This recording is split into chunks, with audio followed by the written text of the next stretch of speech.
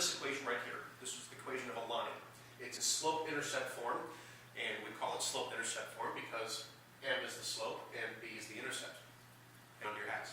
So if I graph this line, the slope is the number right here. That would be 3. So I drew my line here. Now, the slope at this point, this might be a trick question, but bear with me. The slope at this spot on the line is 3. Right over here, the slope is 3. Over here, the slope is 3. 3, 3. The slope is 3 down the whole line. How convenient. However, what if we move over here and we have this equation? This would be a parabola. I made a very rough sketch. Well, the slope here would be 0. The slope here we guesstimated to be 1-ish. Came over here and guesstimated the slope to be negative 2.5-ish. And so the question is, what is the slope of this graph, this equation? Well, there isn't an m, so we can't point to a number in there. And a minute ago, before hitting record button, we asked what the slope is, and the answers were it varies or depends on where you are, or that it changes. And that is the whole point of the derivative and this first big major foray into calculus. So, based on that idea, that's what we're trying to figure out, is how to calculate rate of change. In particular, if we have some kind of a graph or function, how do we figure out the rate of change at a particular point? So what if I wanted to know exactly what the slope is at this point, or exactly what the slope is at this point? Calculus, by means of the derivative, gives us a way to figure this out. So, from lesson 19, looking at the definition in the box on page 112, it gives us the definition of a derivative. And that would be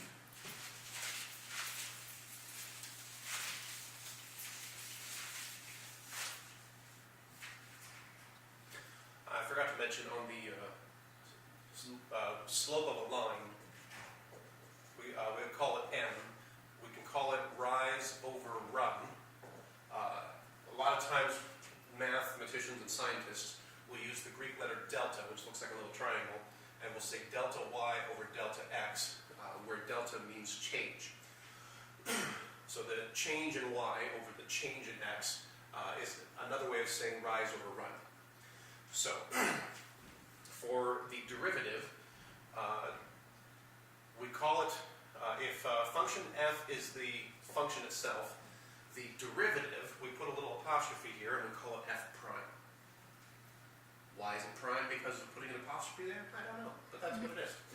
So, whatever the f function is, the derivative, or f prime, is the limit as delta x approaches 0.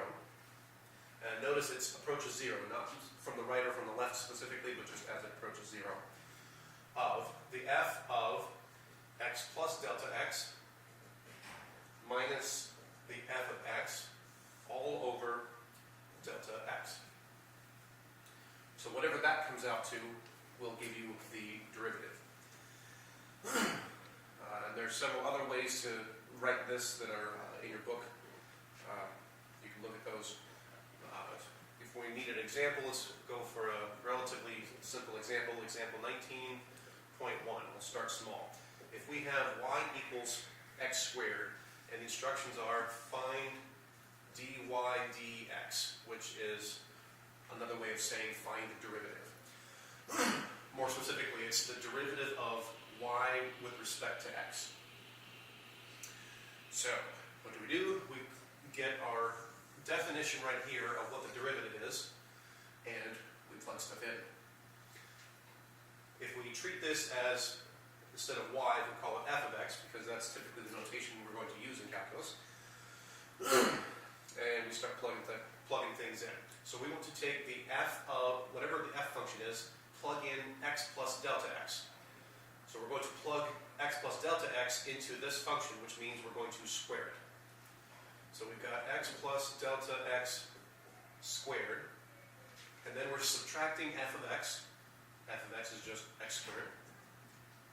And we're going to divide that by delta x. Not very exciting. Here we get to flex our algebra skills. And we've got x squared plus 2 delta x plus delta x squared plus, no, minus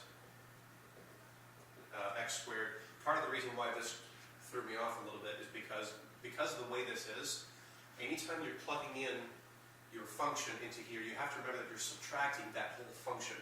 And a common mistake for students to make is to not distribute that negative. So I actually made the opposite mistake. I was too ready to distribute the negative, and I didn't have to do that. Over delta x. Now, one thing that happens here is the x squared, we're going to have two things that cancel each other right here. The x squared and the minus x squared, which you notice are the same thing as our original function. Another thing you'll notice is that there's a very good chance that some things will cancel, especially because since, according to the definition of the derivative, we're dividing everything by delta x, and the whole point is to find the limit as that approaches 0. So, ideally, we don't want, some functions it probably will, but we don't want delta x to equal 0 and leave a delta x in the denominator because we don't want to divide by 0. Bad things happen when we divide by 0. I can show you pictures. So, let's see if there's any way we can cancel this so that we don't have to deal with dividing by 0.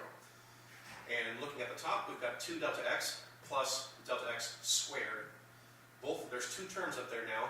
Once we got rid of the x squared, there's two terms left, and they both have a delta x.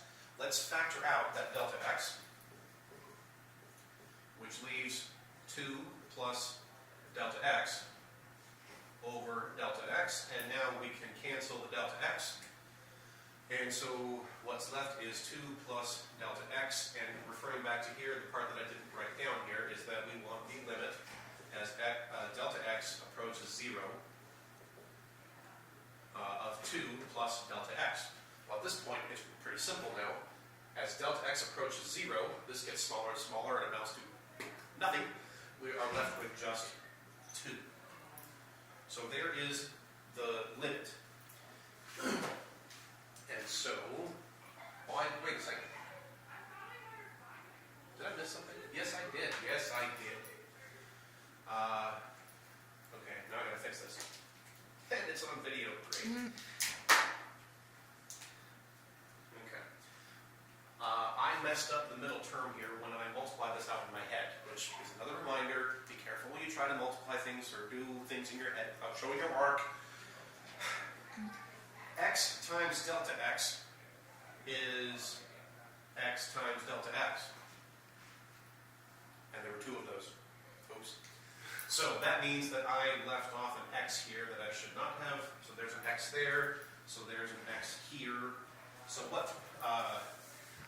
Didn't screw up too badly, at least I caught it before I was done. Yeah. So what's left here? Delta x is still approaching 0 and amounting to naught. Get it? Naught, which is another word for 0 or nothing. Okay. There's your vocab for today's math class. And so this ends up as 2x. So we can say that the derivative, or f prime of x, is 2x. Pretty exciting. Now what does that mean? I don't know, it's a good question. What does it mean? Let's come back over here. Now I was making this up to be fancy here. Let's come back to, and let's use this original function here. And say y equals 2, I really can write y equals x squared. It's still the same shape, it's still a parabola, but let me just move the axes, because I can do that.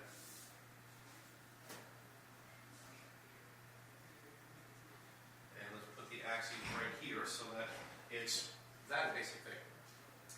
Now, let's pick a different color, not red. Black. Even the video will color. Not too late. Color some black.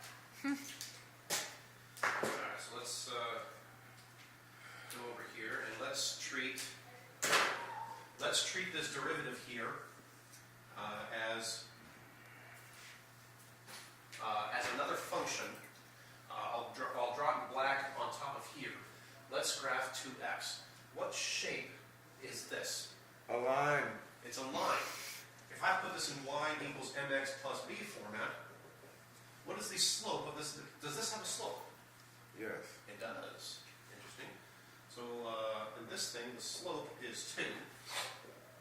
But let's I'll just put that there to tease you for the moment. Let's graph this. I'm sorry, this plus 0 is bugging me. Okay. Y equals 2x is a line that crosses through right here with the origin. It has a slope of 2.